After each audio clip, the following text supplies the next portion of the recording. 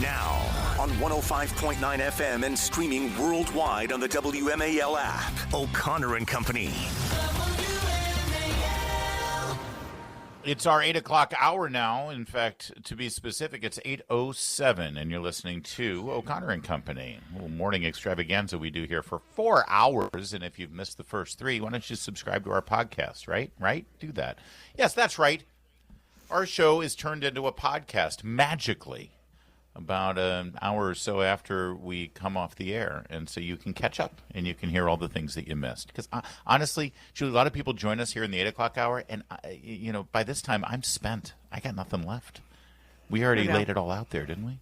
Yeah, we did. Julie's like, don't drag me into this. Don't drag me into it. Yeah. I'm kidding. 4 hours of absolute excellence beginning to end. Top of our game. Joining us right now, Steve Milloy. Now, he was part of the Trump-Pence EPA transition team, and he focuses on environmental and science issues on a regular basis. And so that's why we wanted to pick your brain about this decision, which sure seems like a real big deal coming out of the EPA. Administrator Lee Zeldin announced yesterday that they're moving to reverse this 15-year policy of looking at CO2, literally the air that we breathe, as a pollutant.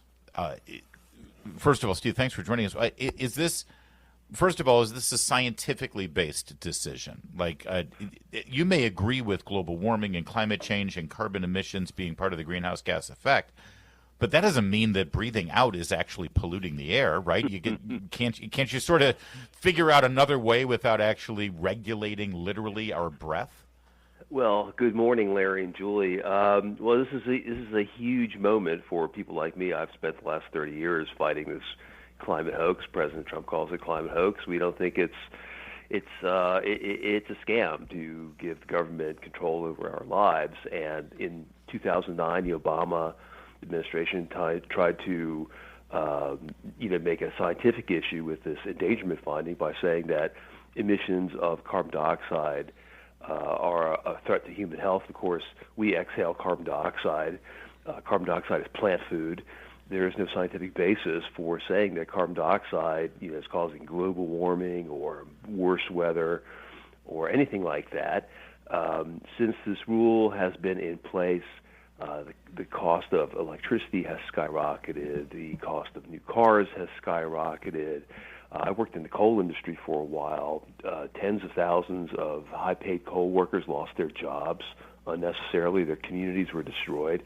The casualty list from this 2009 Obama rule is long, and where does everyone go back to get redress?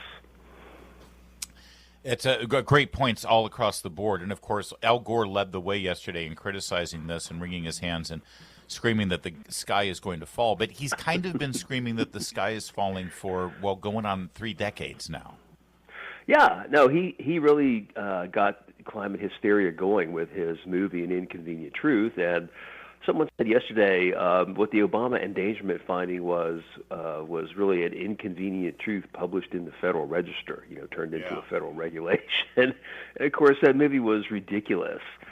If we were going to listen to Al Gore, we would not be using appliances. We would be, hanging our clothes on clotheslines to dry. It's just, it was just a ridiculous movie. But it became essentially federal law, and eventually turned into the Green New scam with $1.2 trillion going to wind turbines and solar panels, which weren't changing the weather, just making electricity cost more.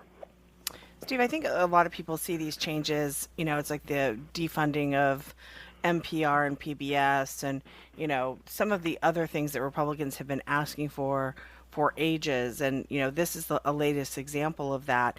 But they worry that, with the next administration, we'll see the same thing instituted. How do we prevent that from these regulations again rearing their ugly head? And just this pendulum. Americans are so tired of this. How do we ensure this doesn't come back? Well, that's a great question, and I would say the easy answer is just to vote Republican. But on a more real, no, it's really true. Every election is You're right. Every election is important now. Next year's midterms, and then 2028, and I don't know when it's going to stop. I mean, we have a sort of a 50-50 country in a way. Well, I think that the Trump administration is on firm ground because there have been several Supreme Court decisions since 2009 that will doom the EPA rule and doom these rules coming back. Of course, unless the Supreme Court changes, but if you don't want that to happen, then you've got to keep voting Republican. It's just the way it is. Steve Milloy is our guest, and he posts, by the way, under the name Junk Science, which is fantastic. And he draws attention to a lot of the junk science that's driving regulations and policies. And just to keep it real here, though, vote Republican. Maybe now is the solution. But, when Obama's EPA put this in place, they were picking up where the George W. Bush EPA had already started, if I remember right. George W. Bush and a lot of Republicans of that era fell into the trap of wanting to please the media and please activists by saying, of course I agree with the science. Yeah, I'm not anti-science. I agree with the climate change. When actually the philosophy behind climate change is very anti-science. There was a time there when Republicans were dabbling in this as well. Well, yeah, the Bush administration was an era of really goofy Republicans, and while the Bush administration chose not to do the endangerment finding, they made enough mistakes that made it possible and resulted in the Supreme Court decision that allowed EPA to regulate greenhouse gases. Yeah. Since then, Republicans have come to their senses. The Supreme Court has made good decisions, and most recently, West Virginia versus EPA in 2022, which when this whole issue gets to the Supreme Court, the Trump administration will win, and the Obama endangerment finding will be history for good. Now, the left is very creative. They will come back with new stuff if they ever gain power again. So, eternal vigilance is the price of liberty. Yes. By the way, the other sin that the Bush team sort of created is it allowed Obama the fig leaf of saying, Republicans agree with this, true. This is reasonable. This is bipartisan. Used to be a time when Republicans agreed with this, too. And it was always a lie. Steve Milloy, the other original sin here, I think, is that we allow these agencies to have these sweeping regulations without actual legislation. No congressman or senator voted on this. The president didn't even have to do anything. It was just some unnamed bureaucrat at the department, at the EPA, that just signs this document, and suddenly it's done, and it affects everything. And then that's the other part of this that needs to be. Did the Chevron decision sort of put an end to that? Well, the Trump administration is citing its Loper Bright Enterprises as the decision that overthrew the 1984 Chevron decision, which gave agencies too much deference. Yes, that helps. The West Virginia versus EPA, there was another earlier decision that said the EPA couldn't regulate greenhouse gases from just regular industrial facilities. So all these things have combined together, and so it's the perfect storm against the endangerment finding. But Republicans and conservatives just need to get more involved, learn more about the environment. I've been working on the environment for 35 years now.